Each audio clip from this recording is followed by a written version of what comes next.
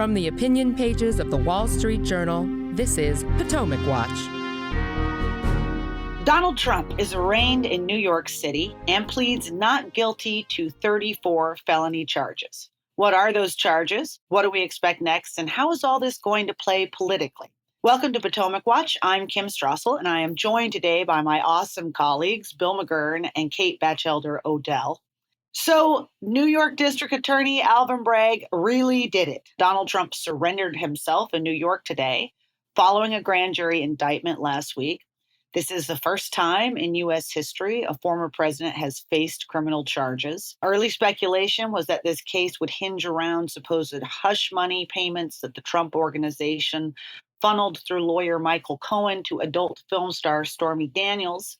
Some question as to whether there might not be some other surprises and charges in there. As we were beginning to tape, the news was coming out that the indictment had been unsealed. We haven't seen everything in it yet, but there is some early reporting. Bill, now that we seem to have gotten this indictment, it does seem he was indeed charged with 34 felony counts related to the falsification of business records. So, I guess my question is, really, this really is all about Stormy Daniels and campaign finance charges? And is this somewhat unbelievable? Yes, it has nothing to do with Stormy Daniels and campaign finance and so forth. Look, this district attorney campaigned on prosecuting Donald Trump. It's like in Alice in Wonderland, where the Queen says, sentence first, trial later. He's always been after him, and they've tried everything, and this is so flimsy.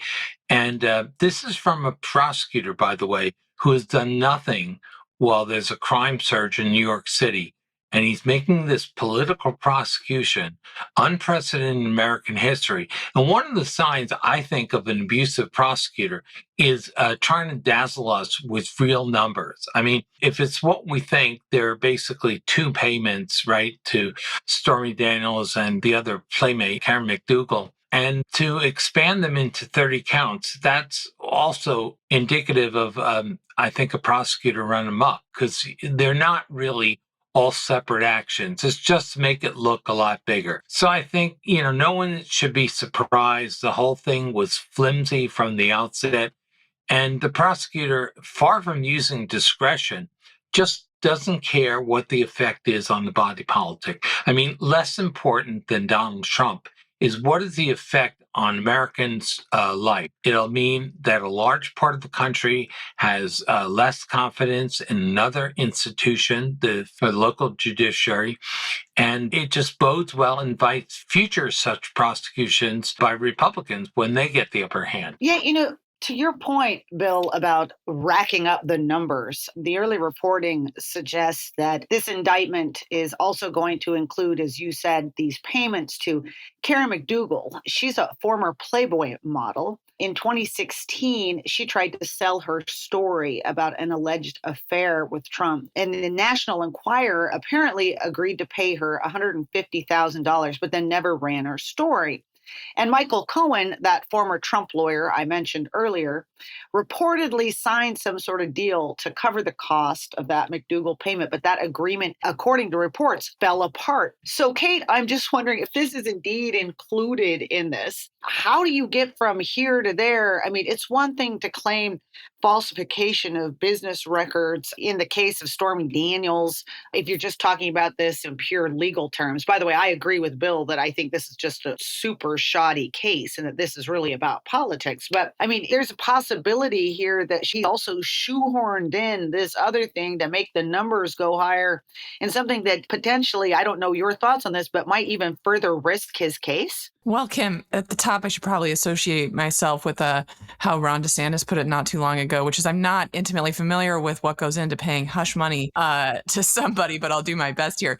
On the merits of the charges, we're seeing more than 30 charges here. And I think, to reinforce Bill's point, that is a sign of weakness in the case and not necessarily of strength. Falsifying a business record, that we would usually expect that to be a misdemeanor, but you can charge it as a felony if you show it was to cover up some other crime. In this case, the thread there would be a campaign finance violation. Brad Smith, former FEC commissioner, has made the case on our pages why it's a pretty tough sell that this hush money would constitute a campaign finance violation, given the way that the courts have interpreted those laws and rules. So I do think this is a thin gruel from what we know so far, though we'll have a closer look at the evidence.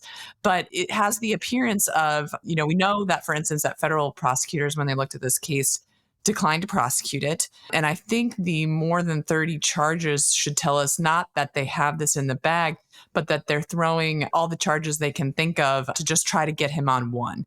And I think that kind of suggests we're not really dealing with a case that's trying to be settled on the legal merits. We're dealing with what Bill was talking about, which is a case about politics and about diminishing Trump, or depending on how you look at it, maybe increasing his chances at winning the Republican nomination. But I think the 30 charges should really give us some pause about the seriousness of this exercise as in the court. Yeah, it's a great point, Kate. And I think that's why we are seeing the reaction that we are. And it's very, very worrisome. We're talking about what's been going on inside the courthouse. I'd just like to spend a second talking about what's going on outside the courthouse. We have had all morning rival protesters from both sides of the political aisle swarming Lower Manhattan.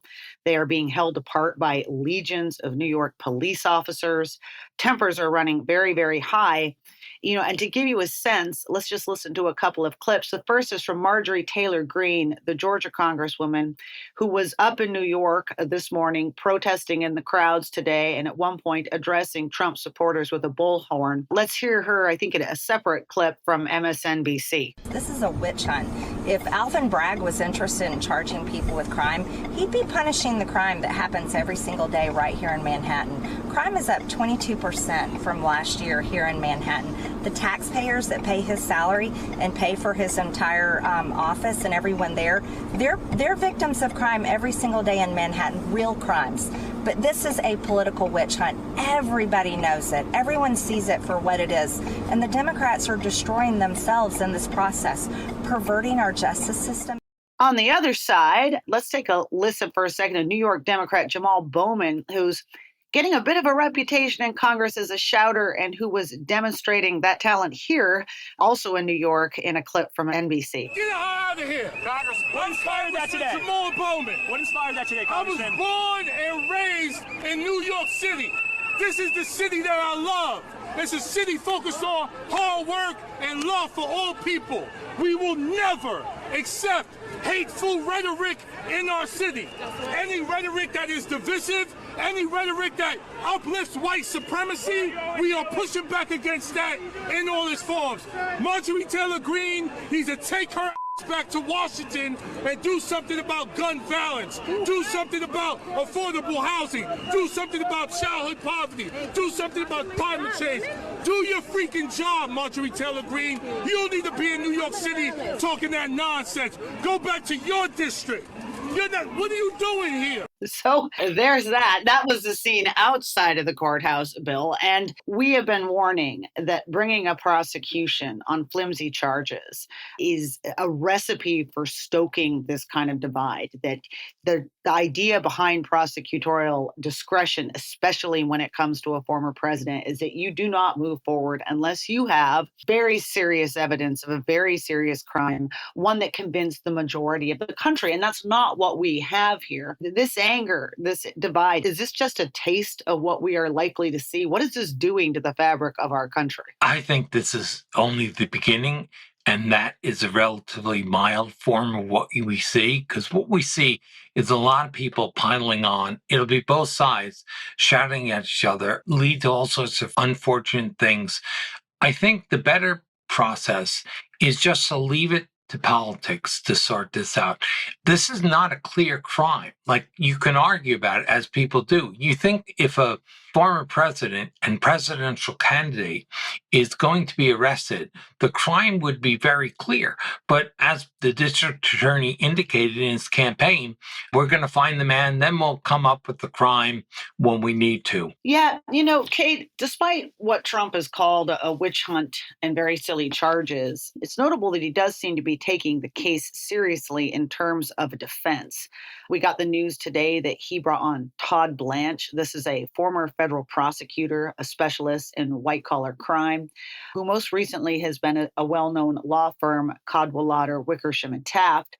He has represented prior Trump campaign people, most notably Paul Manafort. He's joined a couple of other people on the Trump team, several Susan Nichelis and Joe Tacopina, who've represented Trump during the investigation that led up to the indictment and who are also knowledgeable of the investigations that came before this, the ones in which federal prosecutors and Mr. Bragg's predecessor declined to bring exact charges. What do you make of bringing these people on? Do you think Trump is arranging people that are going to be at the top of their game? I only ask this because when you look back at what happened in January 6th, some of the people he had around him running these legal cases were not necessarily top form.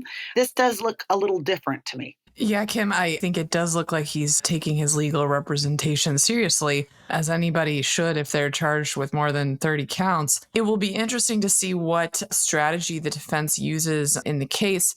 I think we'll probably see some of our contributors laid out earlier this week, kind of noting that the defense may try to question the credibility of Michael Cohen and Stormy Daniels as not reliable narrators of events to peel off jurors from convicting the former president. I would expect the trial to look closely at the credibility of those star players in the case as a defense strategy. But we do see him, like you said, lawyering up here and seeming to take his defense pretty seriously. Okay, we're going to take a break. When we come back, we're going to talk a little bit more about that Trump legal strategy when we come back.